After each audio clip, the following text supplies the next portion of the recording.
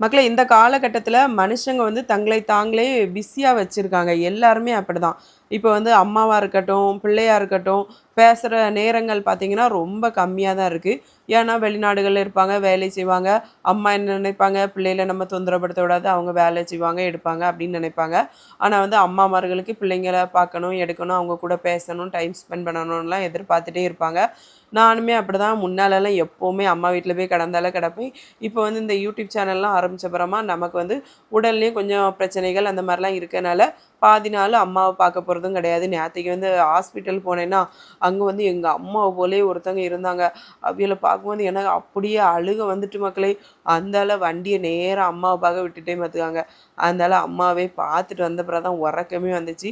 உங்களுக்கும் இந்த மாதிரி யாரையாவது பார்க்கும்போது உங்க அம்மா சாயல்ல இருந்தா, உங்க அம்மாவோட நினைவுகள் வருமான்னு சொல்லிட்டு மறக்காம கமெண்ட்ல சொல்லுங்க. இழந்தா திரும்ப பெற முடியாத ஒரே பொக்கிஷம் அம்மா மட்டும் தான் மக்களே!